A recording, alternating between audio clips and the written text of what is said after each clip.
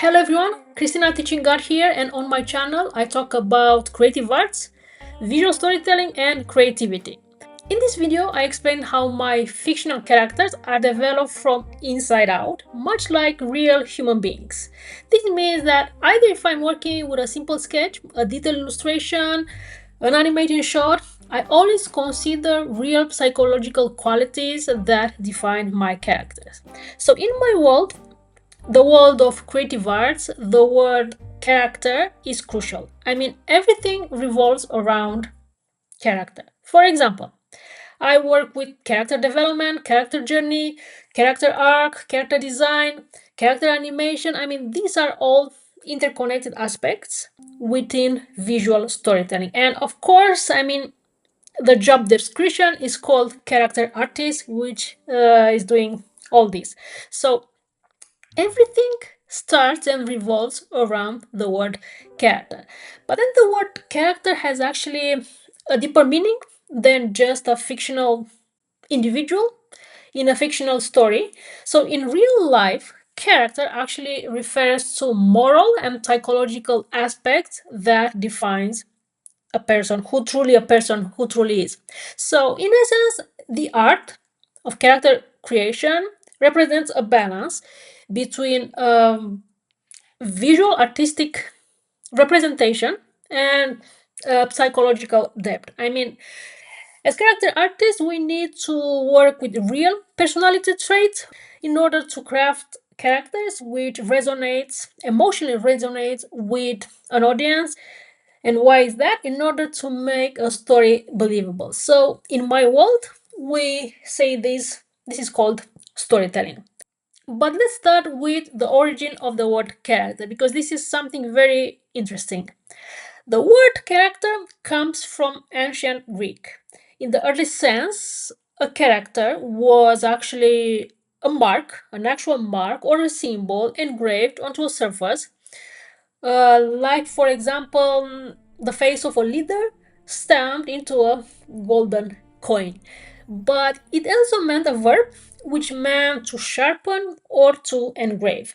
So then the Romans also adopted this word, keeping the meaning like a distinctive mark or a branding iron. The beauty is that over time, the meaning of the word evolved from a physical mark on an object to a symbolic, metaphorical mark on the human soul. So, for example, philosophers like Aristotle connected the word character with virtue, and he believed that a true character must be educated, must be developed, must be marked through continuous habits and choices. Just as a coin is validated or proven by the stamp that it holds, a person through characters is also a proven worth based on a set of personal mental strengths, ethical traits that distinguish one individual from another. So now, I mean, just as a note, in real life, there's actually a difference between what we call personality and what is a character trait. So, for example, personality is how we seem, how we appear to others, whereas how we are morally, that's our character. Our social behavior, that's personality, and the ethical value and integrity, that's our character. The natural temperamental side, that's personality, but the conscious choices and habits, especially in the hard times, that's our character. So in real life, when we say someone with a great character, we actually refer to the core essence of that individual that represents the inner structure. It's a self-built architecture. It's a whole set of moral and values traits, and this is how. So the character is determining how that individual lives authentically, lives and acts, especially in the life storms. But now let's go back to the storytelling world. In the storytelling world, we deal with fictional characters. And in creative arts, we have a goal, and that is to create characters with personality. I mean, this is a mantra, characters with personalities. But when I say fictional characters, by default, in my world, means storytelling or narrative. And characters are developed through several aspects: backstories, motivations, relationships, conflicts. They have a certain visual representation, the way they look, and all these play a crucial role in making the characters with two different aspects very important: relatable and impactful to the audience. Generally speaking, in the world of animation, games, no, comic books, the same rules are applied also in literature, theater, and of course, films. It's all about an universal language where we connect three main elements. Those elements are visual communication, storytelling, and emotional moments. These three elements are necessary in order to create a story, the story of a character. And of course, this is very important. The inspiration of all this is actually real life. But then we also have a golden rule in creative visual arts, and that is show, don't tell. Basically means visual communication of stories and emotions. Now, to get a bit more specific, I will show you my own work where I like to call it there is a storytelling intention behind every stroke. So, to illustrate what a character means to me, I will show and analyze my own work. The process is way larger than I show here. It's way progressive than I can show here. But in short, as a character artist, my process involves brainstorming, researching, exploring until I get a full development of a character. So, in many cases, my process also involves animating the character, giving life through motion. But that's a little bit a different kind of discussion, and we have to leave that apart. Back to the job of a character artist, as I said, we develop and create characters, but we do this on two planes. The first one is appearance, the way the character looks, and the second one is personality, the way the character acts in its world. So let's talk about these two for a minute.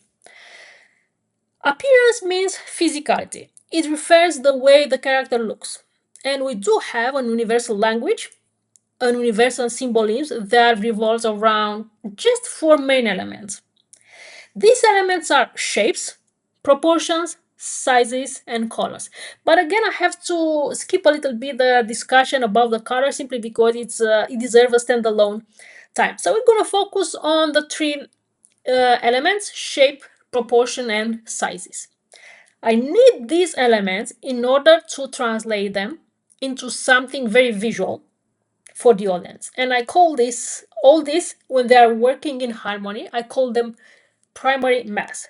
So each character has one dominant shape and volume that serve as visual impact of the design. Why impact? In order to express the personality of the character, I need to put that in its physical features.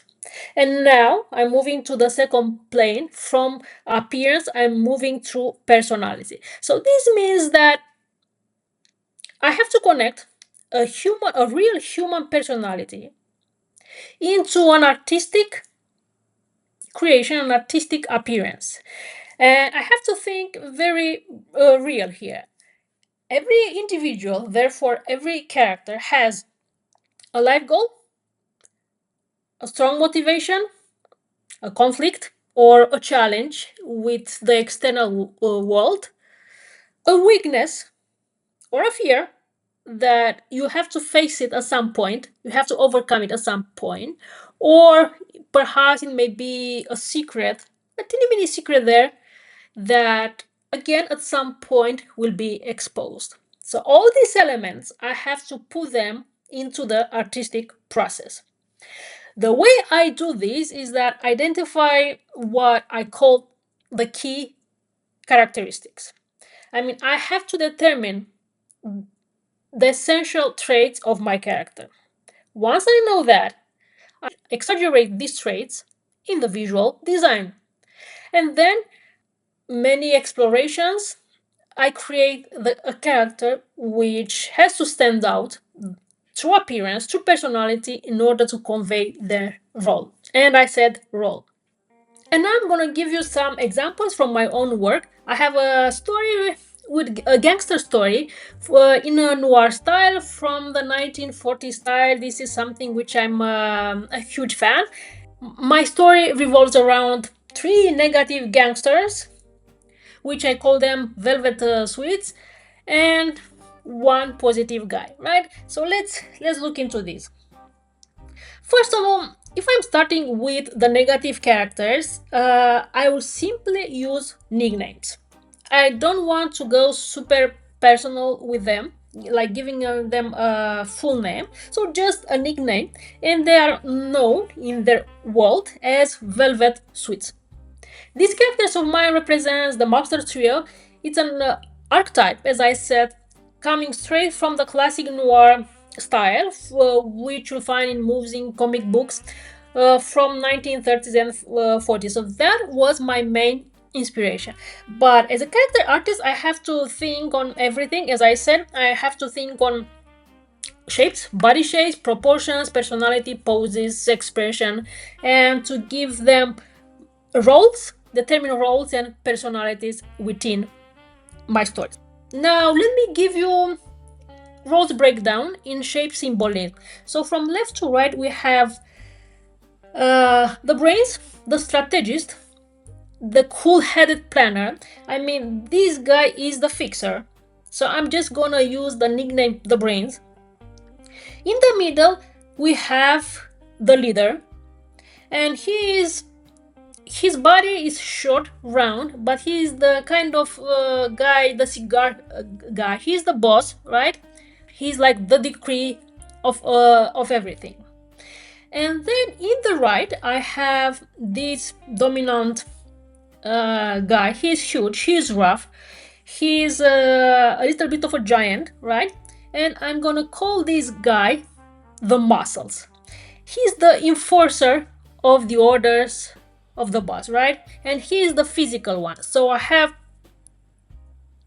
to break down these simple basic shapes. Obviously, I have to put them now in much more clarity. I need to give them a sense to everything. So again, let's start from the left to the right. Let's start with the brain. Now, I'm getting inspired from real life. And in real life, we have the ectomorph, tall, slim individuals. The way it looks, the appearance, he is, I'm gonna use sharp, angular forms of face, and I'm gonna put that also in the long, narrow coat that makes him look even taller and even thinner. I don't even focus on the hands because this guy, he's not a puncher, he's not physical, so he's all with a thinking. And personality, i'm gonna I'm gonna want to give a feeling that he's calculating, he's elegant, but quietly dangerous. He's patient and actually quite intelligent, superior, even probably even more than the boss, and obviously than his pal, the muscles. But he doesn't need to shout his voice or flex his muscles. His eyes, the slimness already make him look like he's in control. He is that sharp and he has that sharp and stern stare scream, which he's thinking, I've already got three moves ahead of you. So this is what I want his face, his looks, his personality to show. I have already a couple of moves ahead of you. Let's go now to the middle character. This is the leader. As I said, I'm gonna use real life influence. I'm gonna make him a compact, small, endomorph, short, round, a little guy, big belly, short legs, wide stance, because he needs to impose himself. His original cigar, uh, expensive cigars. Posture, no, we can have him with one hand on the hip, and his just gesture shows like he is owning every room where he's going. As personality, I'm thinking charismatic, he's bold, he has an ego which is larger than life, enjoys power, enjoys giving orders, enjoys luxury. But I put a contrast, all this personality. I'm gonna put this huge personality in a small body. So I'm making him a small man.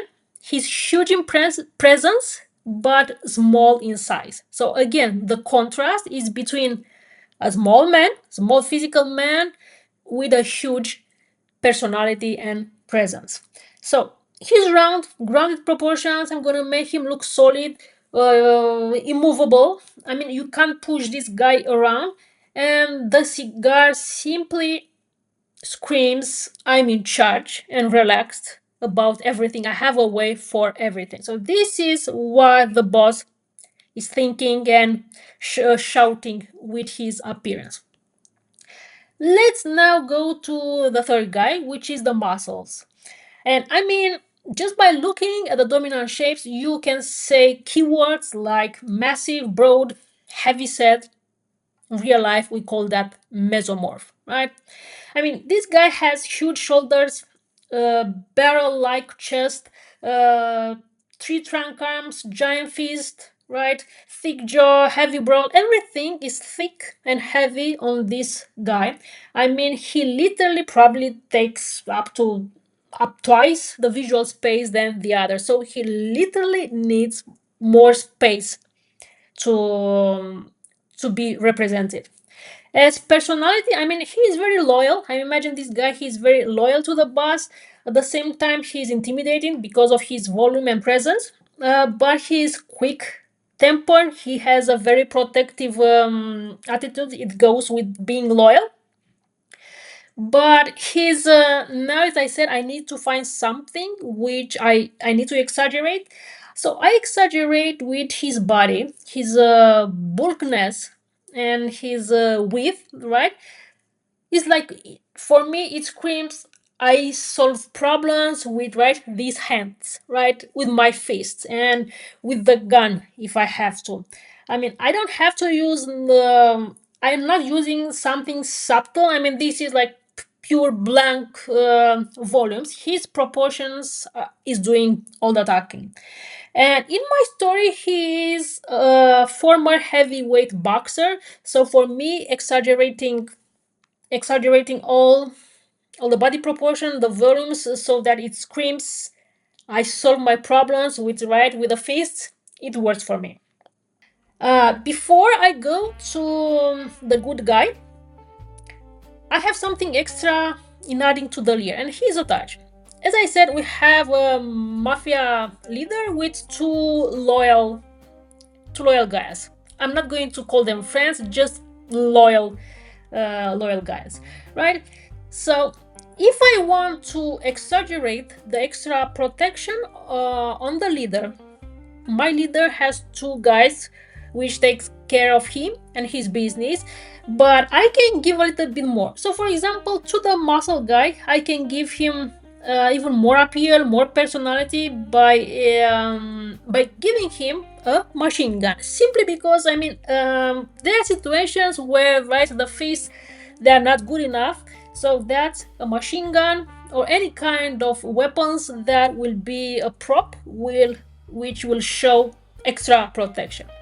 But let's say in the moments where my mafia boss wants to be alone, then in that solitude, I'm gonna give him a dog, a fearless dog, to that can be with him all the time, indoors, outdoors, just like, and again, I emphasize that feeling of loyalty, because dogs natural are loyal to the owner.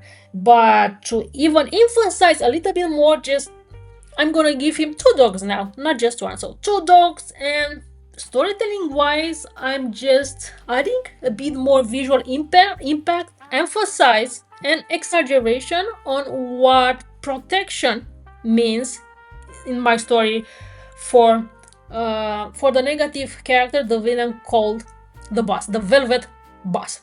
Right now, let's move on the positive side. We have a positive character, the hero detective. And I said to the bad guys, I'm gonna use nicknames, and I use nicknames to them, known as the Velvet Guys or the Velvet Suites. Right? They like the luxury lifestyle. But to my hero, I'm gonna give him a straight name, and I'm gonna use the name of Detective Frank Merritt. I mean, you can use whatever name you want, but the name has to represent something strong, honest, timeless, regardless of the generation, has to sound real. Who knows, perhaps a little bit of stoic. As I said, every character has a role, has a personality, and I express that in a visual language. So the role of my good guy, Detective Frank Merritt, is actually he's a private investigator, but on a deeply personal case. And I'm not going to even share what the case is. It's just that it's deeply personal for him. And he's not chasing glory, money, fame. He just wants the truth. He wants justice. And this pretty much storytelling wise places him in what is called a hero journey. And in the story, he will have to, let's say, face the shadows and build the quiet determination driven by inner conviction. Let me say that in a poetic way. But he has to represent the role of an honest cop who refuses to take bribes or with the cost of everything in him. So he represents honesty. All this storytelling, I have to put it in some kind of a visual way, a visual language. So body proportion and shapes has to tell, has to show the hero type, athletic build, body type. That means a character which is tall, lean, is the mesomorphic type. Balanced shoulders, narrow waist, proportional limbs, strong, clean face, especially the jawline, confident, upright posture. So with him, I don't exaggerate proportions. I don't push anything in the body, but contrary, I have to keep everything balanced within my own artistic style. And to show his honesty, I'm gonna use the cloth. I'm gonna use the outfit, which simple. The outfit must be simple, nothing fancy, not velvet, right? Not like the bad guys. Plain and simple. And for example, I'm gonna use a long open trench, which simply means that he's an open guy, nothing to hide. Solid, imagine just solid neutral tones. And I mean, my detective is the balance and the center of the story, so he needs to stand out with his attitude. His needs to be strong enough, honest enough against those three villains, but at the same time human enough, not exaggerated, balanced, in order to carry in the story that investigation with persistence and consistency. I don't have to give you more details on the story, what is happening, what are the key moments in the story. I want to let you imagine the story. I don't have to add more mood and atmosphere by adding to have my characters in a final illustration. These are just concept sketches. But I know that as an artist and storyteller, my job is to create a link, as I said, visual representation and character personalities. So I have to draw with a meaning and intention. And all that, it's all in my head. It's called imagination. The way the character looks, the story that I invent, the meaning that I give even to a pair of shoes, that is called imagination and is the intention behind the concept. So going back to real life, how I achieve all this imagination? Well, basically, in real life, we call that general psychological perception. That means is how we as individuals perceive the world around us. And as an art teacher, but also as a coach, I do have a little bit more deeper understanding of real psychology. So I'm using that in my art as well. But when it comes to perceiving individual characters in art, the creative process involves several stages, involves that brief ideas needs to be translated in visual forms, as I said, through a workflow, a step-by-step workflow. I need to understand symbolism of shapes, proportion, colors, posture, but all these in real life are reflecting real psychological nuances, particularly in what in psychology is called nonverbal communication. So I'm using that real life thinking in an artistic visual style. And the style can be from a very iconic, simplistic to hyper realistic. But why is that important? I mean, why is appearance important? And appearance doesn't mean style, it just means the harmony between all the shapes and proportions, how I work with them. Well, first of all, I need that because it represents how the audience perceive characters, right? How we humans perceive other humans. That means our character has to be recognizable, appealing, charismatic to the audience. And it doesn't matter if the character is a good guy or a bad guy. It simply means that storytelling represents a fundamental part of human experience and human connection. So I need, as an artist, as a creator, I need to transmit that experience and connection to my audience by using real life elements such as emotion, experiences, attitudes, personality, right? All that psychology. And why this works? Why does the connection with the audience work? Well, think about this. Every single individual, you, me, everyone, has a personal story, has personal desires. Everybody wants something, and in my story, I have to figure out what does the character wants. I mean, some wants money, others wants love, validation, freedom, truth, appreciation, excitement, right?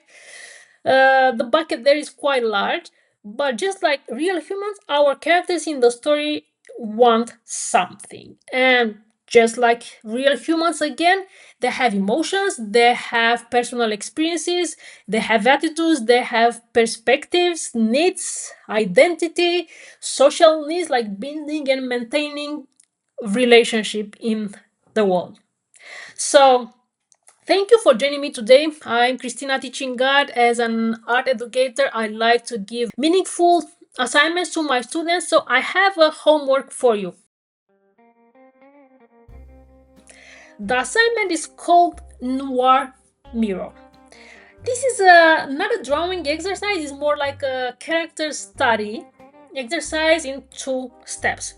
It's not about drawing, it's about defining the soul, the character of a character, let's say, right? Defining the soul of a character. Perhaps you are a beginner in drawing, perhaps you're not, but before you actually start to have a visual representation of any character, you have to start with some kind of story direction. It's part of the creative process. So here is the assignment objective. Analyze your own personality, right? And you can search and use what in psychology is called the big 5 traits or ocean, right? And filter that. So you are doing to yourself a personality test and filter the results, the self-analyzed results, filter them through the lenses of a hero detective. So that's why I call this assignment Noir Mirror. So you're doing a mirror of yourself, but as a hero detective in a noir film. I said it in 2 steps. Step 1, personality map. Analyze yourself and scale yourself from 1 to 5 on each personality trait as a self-reflection.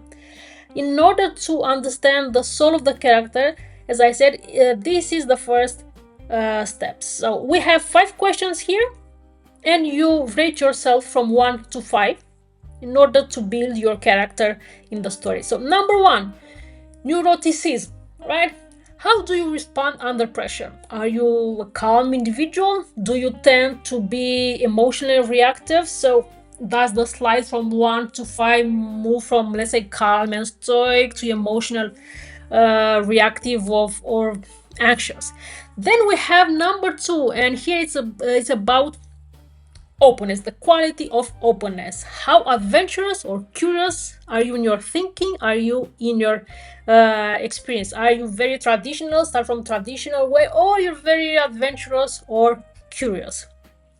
Number 3, how organized and disciplined are you in your life? Are you, again, from 1, you are very spontaneous, to organized and disciplined? Number 4, how do you engage with others? Are you a little bit more introverted, or do you feel okay? Do you thrive in social settings? So again, from introverted and solitary to a high and social high energy individual. And number 5, this is the last one. Do you prioritize harmony in your relationship, or do you tend to be, let's say, from skeptical and challenging going to number 5 to harmonious, empathic, looking for harmony or truth in everything? So once you figure out these elements, you have to translate them in a character profile, which will be your blueprint for the character. And step 2, again, is not about drawing, it's just about creating a mental character profile. And based on the previous question, just think about, if you are a hero detective in a noir, you're gonna need a prop, something which will show you that you are a detective. So remember, the goal of visual storytelling is show, don't tell, right? Show who the character is, don't tell who the character is. And just imagine, if your character detective has a high openness or high authenticity, just think about what kind of props, objects would your character carry with him. Perhaps something in the gun, non-traditional gear, or something which shows in his clothes, in the way he moves while dressed, that he is actually an adventurous spirit. So if your personality show you have a high openness, show high openness and adventurous spirit in your character too. If your character opposite has a high level of anxiety or moodiness, let's say, consider a character which perhaps has a nervous habit, like flipping a coin, right? He always carries that lucky coin with him.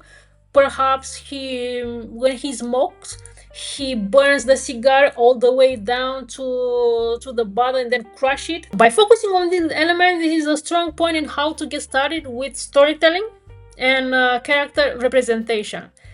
But again, start with what you have and see how far you can push. So until next time, keep drawing, keep reflecting, keep analyzing, keep imagining stories, but always stay creative. Take care and goodbye.